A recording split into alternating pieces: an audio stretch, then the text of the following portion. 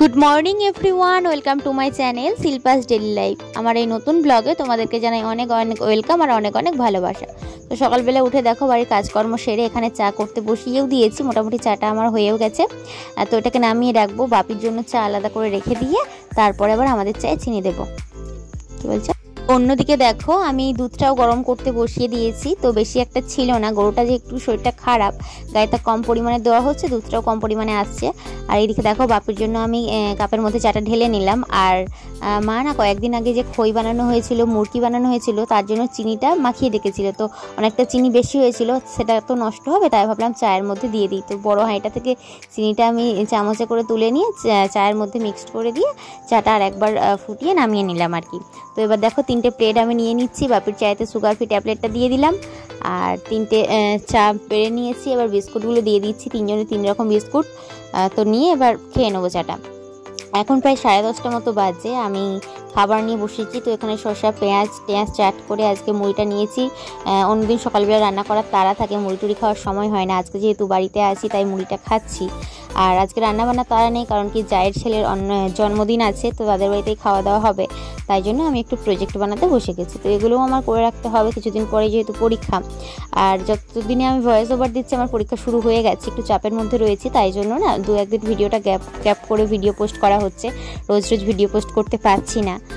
তো এতগুলো পেপার আমাকে রেডি করতে হবে, আরও আছে এক্সামের পর করবো। আর এখন দেখো দুপুরবেলা চলে এসেছি মেজো জায়ের বাড়িতে। মেজো জায়ের ছোটো ছেলের জন্মদিন ছিল আজকে, যে পিয়াস। তো দেখো প্রথমেই ওকে সব মেজো যা আর কি আশীর্বাদ করে নিচ্ছে ধান দুব্বো দিয়ে। এটা আমাদের বাড়ির নিয়ম, জন্মদিনে আশীর্বাদ করা হয়। তো আশীর্বাদ করে নিল, তারপরে আমি চলে এসেছি ওকে আশীর্বাদ করে নিতে। ও আবার ওর বড় মা বলছে কিরে জন্মদিনে কী নিবি, ওর বড় মাকে বলছে জন্মদিনে আমাকে তাহলে 10 টাকা দিও, এরকম আর কি বলছিল। আমাকে বেশি কিছু দিতে হবে না, এই আর কি 10 টাকা দিও, আমি ফুচকা খাবো এইরকম। তো দেখো আমি আশীর্বাদটা করে নিলাম, তারপরে আমার বড় যা আছে, বড় যা ওকে আশীর্বাদ করে নেবে আর তারপরে খাওয়া দাওয়াটা হবে। এখন প্রায় মোটামুটি দুপুর 2টো মতো বেজে গেছে। তো অনেকটাই প্রায় দেরি হয়ে গেছে, আর মোটামুটি বৃষ্টি পড়ছিল একটু আজকে।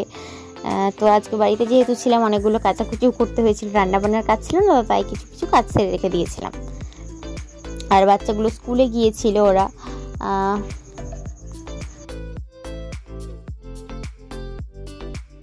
এখানে দেখো খাওয়া দাওয়া করতে বসে গেছে বাড়ির বেশ কিছুজন, তারপরে আমরা খাওয়া দাওয়া করব। যেহেতু আজকে বৃহস্পতিবার নিরামিষ খাওয়া হয়, তো নিরামিষ তো হয়নি, হয়েছিল আজকে মুগ ডাল, আলু ভাজা, পটল আলুর তরকারি আর মাছ হয়েছিল, আর পায়েস, চাটনি, পাঁপড়, মিষ্টি, যা যা আইটেম হয় সমস্ত কিছুই হয়েছিল। তো যেহেতু আমাদের বাড়িতে খুব বেশি জন নয়, 14-15 জন টোটাল, তো কিছুজন প্রথমে বসে গেছে বাচ্চা। এখন বাজে 6টা বেজে গেছে আজকে, আর এইমাত্র ছাদে এসে বসছি। তো যেহেতু বৃষ্টি পড়ছিল 4টের দিক করে না, জামা কাপড়গুলো সমস্ত কিছু তোলা হয়ে গেছে। অনেকগুলো কাচাকুচি করেছিলাম, আধা শুকনো হয়েছে, কিন্তু বৃষ্টি পড়ছিল বলে তুলে রেখে দিয়েছি। আর যেহেতু আজকে জন্মদিন ছিল আমার জায়ের ছেলের, ওদের বাড়িতে খাওয়া দাওয়া হয়েছে, দুপুরবেলা বাড়িতে রান্না হয়নি।